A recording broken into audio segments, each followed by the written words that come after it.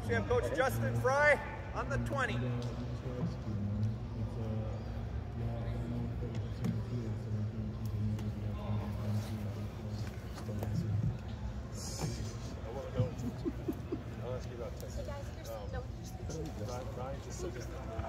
didn't name a starter, but he said Taylor's going to play. He's earned that. What does he see out of him? I think his confidence in how he's playing. You know, once again, like as you get older as a lineman, the game slows down. I think it's really starting to slow down for him. Using his physicality, using his size, using his strength has been showing up a lot. And so, yeah, he's been getting thrust in there. And the beautiful thing about this place is always is the guys he's going across with, Tyleek and Ty and Hayro, and we've got some dudes over there that are showing up. And so when you're practicing, you're getting real reps. And so you can examine the good and the bad and what happens, you know, why did it work, and keep doing it. And when you get beat or you give something up, why did that happen as well? And he's, you know, when he's run thrust in there, like he hasn't backed down, he's doing some good stuff. Obviously, the con of having sickness run through your room for a couple of weeks is you don't maybe get to build the continuity you want to build. But what's the best thing that came out of that situation? Finding, I think I told you guys through the spring coming out, like felt like we were going to be able to get to 8, maybe 9 guys that you feel like could go in the game and play for us. And so those guys that maybe would have been a little lower, got less reps, started getting those. The second thing that showed up too, I mean, there was at some point now where we had guys double dipping in camp, which you normally don't have. That's a springtime thing in the fall. And it brought out a little callous and toughness to some guys that honestly, like, you'd hoped was there, and we hadn't seen it, and we had a chance to see it, you know. And so, yeah, because nobody cares. We got the sickness, we got to practice. Can you go 3 groups? Coach, you got it. We'll figure it out. The guys, they didn't back down from that. And like I said, some of those young guys, you know, getting multi-position flex reps, that's all positive. Yeah, you'd like continuity. You'd like to know, here's the 5 and here's what we're going with. We just didn't have that luxury, and right now that was okay. Do you think you've got George Fitzpatrick on the goal line right now? Yeah, solid working to that number right now for sure. What more, as far as the right guard spot, Taylor can play, what more do you need to see to finalize maybe like who's going to start there? Just what do you in those last next like 9 days or so? I think consistency from whoever's in that spot.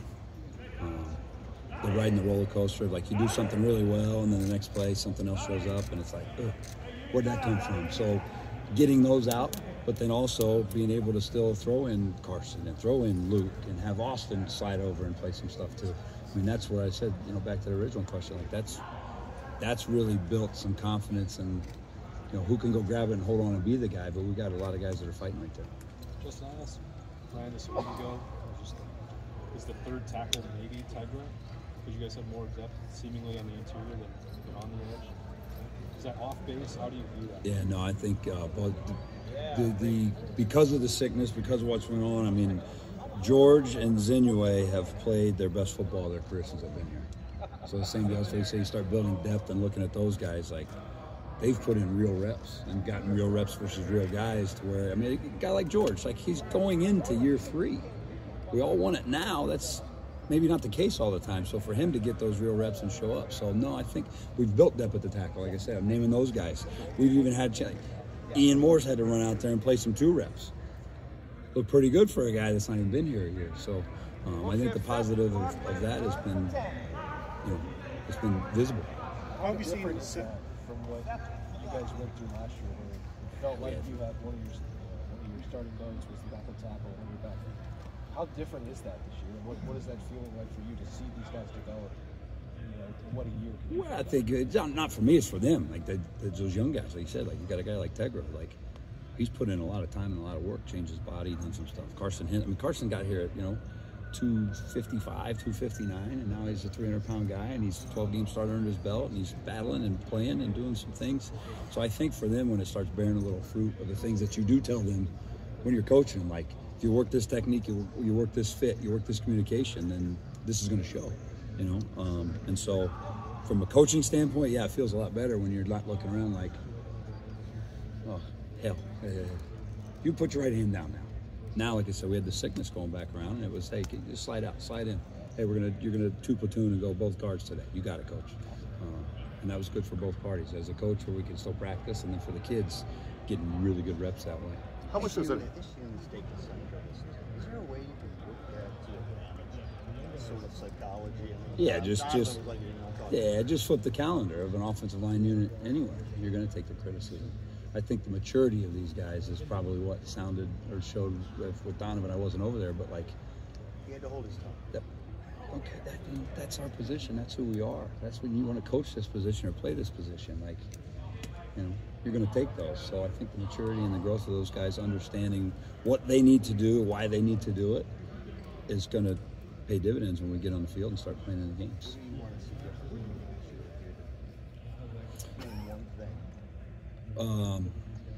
year? We're playing more and continue to play more like linemen and not lines on a page.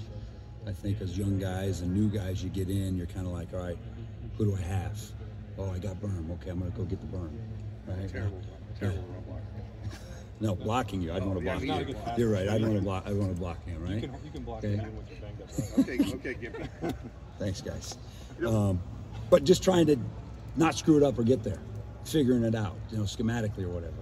Or now the ownership and, all right, we're going to Berman. This is how we're getting here, and this is the technique I'm using. That's showing up a lot more with the guys. And like I said, that starts bearing fruit because you're not blocking a pop-up dummy.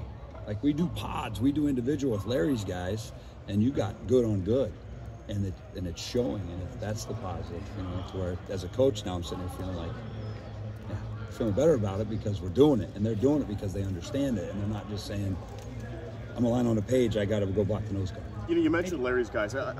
How much is it almost shining a light if you see a weakness on your line going against those guys? I would think it would expose it pretty well. You get a good read on what you have. Yeah, it's another proof, though, of when you're in a matchup game. Ryan talks about this all the time. Like, it's you versus you.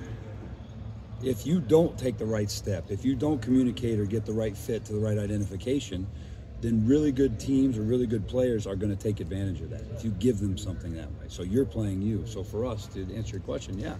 The expose, like, why did I get beat right there? Did he beat me or did I give it to him and he took it? And then Larry's guys can do the same. You know, we get whatever the technique may be on a zone play or a gap play or whatever it may be, and we hit something big, he can watch it and say, hey, did you miss their fit? Did they miss their hands? So that, you know, that good on good that we're getting to go is going to expose a lot of things, not necessarily of how good you are, but when you don't play as good as you are, if that makes sense. Hey Justin, I'm curious, this might be too general of a question, but how have you seen your, I guess, recruiting approach, recruiting pitch mold change over the course of your time? It's still all about, in my mind, in our mind, like the evaluation. Like you have to be a guy that can come here and grow and perform and play. The changing has really been with the NIL landscape. And so figuring out what that piece really is, how vested and how far you have to be in that, what's their priorities. So I think that's going to be a fluid thing. But at the end of the day, like, you know, I sound boring and cliche, right? But like if a kid loves football, wants to be great, wants to get developed, wants to be around and play against Larry's guys and those guys in practice, and we feel like we've evaluated them through camp or through tape and we've offered those guys, then we want to go get those guys.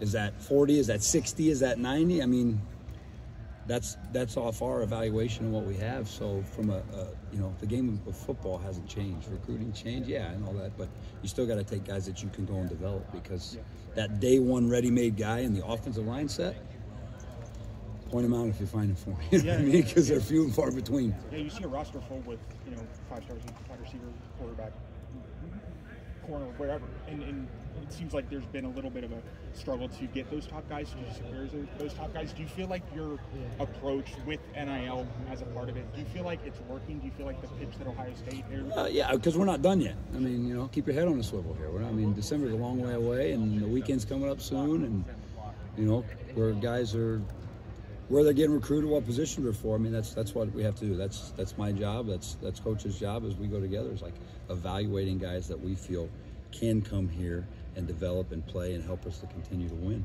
And so, yeah, stars matter, sure. My wife could point out, look, that's a 5-star, that's a really good guy, right? But as I said, that pool of linemen is not as big as some of the others. Doesn't mean we shouldn't go get them. It doesn't mean we're not working to go get those guys. And like I said, it doesn't mean that we're done either. Right? It's a long way to December too. So how do you turn this into Couple more questions. destination spot? Does one superstar guy that ends up going to one of those, does that start a pipeline, or is it hard to really get this to be a place where you're getting those guys absolutely. Yeah, I mean, I think you just look at the recent history all the way through, or all the stickers on the wall in there. I mean, you know, yeah, we had Paris. He was your national 5-star guy, right? But then we had two other draft picks there that DeJuan wasn't a 5-star guy, right? Luke wasn't a 5-star guy. They're good players, and they got developed. You know, those guys before I got here, all the guys on the wall. I mean, yeah, you'd love to go get all of those guys, but do they fit the next up round guys of the 4-star guys? Are they really a 4-star? Do they really fit? Do they really want to do that? From a pipeline, though, no, you just look on the wall in the room, and you've seen all those guys that have come from all different levels. How would you say your evaluations now, when you're dealing with so many people wanting to hear before they've even played a game as a junior, I need an offer from Ohio State? Like, it seems like the process has just kind of lost its way of being about evaluation, right? And it's about attention in a lot of cases. But how much harder does that make it for you when you're looking at a kid who's got the size that you're looking for, but maybe the film isn't there, maybe the camp performance wasn't what you wanted to see? How do you get him to understand? Yeah, I think you got to feel through the relationship with the kid, maybe the relationship with the coach, and just being frank and honest with him. You know, I mean, I'm not smart enough to tell this guy one thing, this guy the other, and circle back, and then all of a sudden you come back and it's like, what was the message you gave here? Just trying to be as straight and communicative as you can. I still don't think, though, you get into early junior year, first 2 or 3 games, which we're going to do on guys that we felt like were right there and needed to see. That's when the next wave of offers and recruiting stuff goes into. If a kid's just looking for a check mark on the internet, yeah, I've probably failed at that my entire career early on until you know that they're a Buckeye. To be clear, you said I'm not a pop-up dummy. I just want to get a quote. You? Yeah. I would love to block you, bro. With one leg or both? Or 2 legs? Justin, I'm trying to get one more serious. Gotcha. You got 3 guys on the left side. Last question for Coach. That all have 20+ starts. You've got Josh, who's Frye, who's got 15 now. And you've got one who's either going to have 12 or have none. Mm-hmm. Where does that experience show up when you're watching day-to-day, down-to-down, play-to-play, evaluation? It could depend on the day. Like you're in the doldrums and the grind of camp, practice 12, 13, 14. That veteran guy that kind of grabs the guys like, fellas, we've been here, let's go. This is a little tough, we got to pick it up, we got to go. Could be in a situational deal. You know, where it's like, hey, we're going to 3rd down period. Well, it's not just another play. Hey, it's just 3rd down now. They're coming over the walls. They're blitzing. Watch the picks. Watch the twists. Whatever the patterns may be. And I think it'll show then in the games when we hit the first real adversity through whatever game or whatever quarter or whatever drive that shows up. Then that's the next time it'll show up because they've, as you said, there's gamesmanship there. They've been in that and they know now it's not the first time. Like, whoa, what's happening? It's, hey, this is happening. Here's how we get through it. Hindsight is super 2020, but like, is that something that you think that you guys were just kind of missing last year with a brand new center, 2 new tackles, and you know, you obviously had Donnie, but like, do you think that you were missing a little bit of that? Get drastic gear, let's go.